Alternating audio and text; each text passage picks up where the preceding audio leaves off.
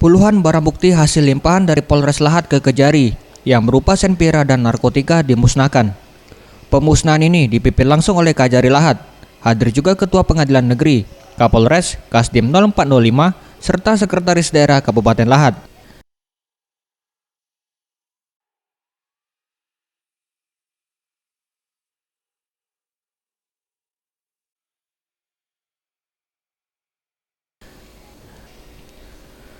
Beragam jenis barang bukti yang dimusnahkan diantaranya 2 pucuk senpira laras panjang, 8 pucuk senpira laras pendek, 85 gram ganja, 80 butir tablet MDMA, dan 49,821 gram metamfetamina.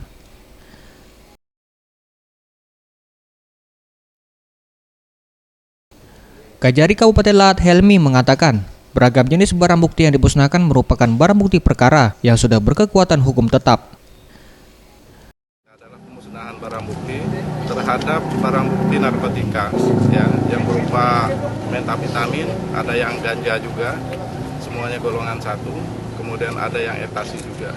Dan semua perkara-perkara tersebut telah inkrah dari periode Februari sampai dengan November 2017. Yang semuanya barang bukti tersebut kita dapat limpahan dari semua perkara yang sidik oleh Polres Lahat.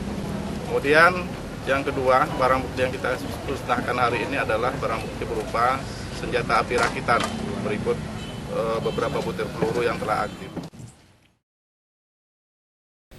Helmi juga menambahkan, barang bukti ini merupakan barang bukti yang dilimpahkan sepanjang tahun 2017, mulai dari Februari hingga November 2017.